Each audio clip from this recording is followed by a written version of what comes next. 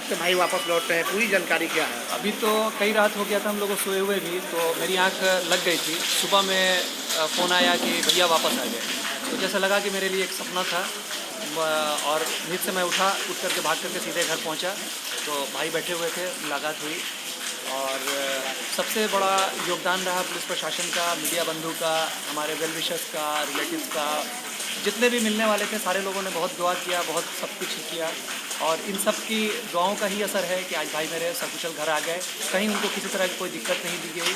हम उन अपहरणकर्ताओं का भी शुक्रिया अदा करेंगे कि उन्होंने किसी तरह से कोई टॉर्चर नहीं किया, किसी तरह से कोई थ्रेटनिंग नहीं की उनके साथ। उनको नमाज़ पढ़ने का पूरा मौका दिया गया, हर समय उनको नमाज के लिए हर चीज़ उनको दी गई, खाना, कपड़ा, मतलब कहीं से इवन की दवा तक के लिए जो हम लोग बहुत ज़्यादा चिंतित थे दवा को लेकर के, वो भी उनको ला करके दिया गया। और किसी भी तरह का कोई प्रॉब्लम नहीं रहा। और भाई साहब ने आपके भाई साहब ने बताया है कि आखिर कौन लोग थे और किस लिए उनका अपहरण हुआ था? देखिए, सीधे सीधे अपहरण तो था ही, अपहरण तो फिरौती के लिए ही होता है। लेकिन बहुत सारी बातें हैं जो इसके हिसाब से वो कर रहे हैं, और अभी हमको भी बहुत कुछ पता नहीं है। वो अभी इसके साथ से बात कर रहे हैं। तो हमारा किसी से कोई दुश्मनी नहीं है, ना ही हमको किसी से कोई लेना देना है। और जो भी लोग किसी भी तरह के अगर हमारे केस में लगता है कि संदिग्ध रूप से पकड़े गए हैं, उनसे भी हमारा कोई लेना देना नहीं है, क्योंकि हम शुरू से कह रहे हैं कि हमारा किसी तरह का कोई लेना देना नहीं है। इवन कि एक बशीर आलम भाई जो पकड़े गए हैं, जिनको शायद पुलिस लेके आई है, तो वो स्पष्ट कर दें कि वो हमारे केस में नहीं लाई गई है।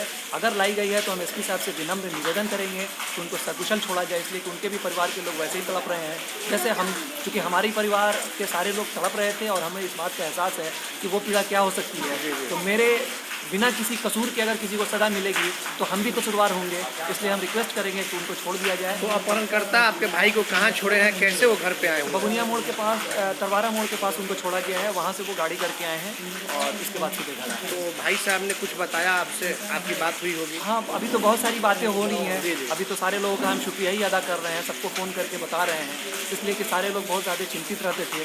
तो आप सभी लोगों का एक बार फिर से धन्यवाद। कारण क्या, कुछ बता सकते हैं? कुछ वही फिरौती का ही कारण था, दूसरा और तो कोई कारण नजर है, क्योंकि हमारी किसी से कोई दुश्मनी नहीं है।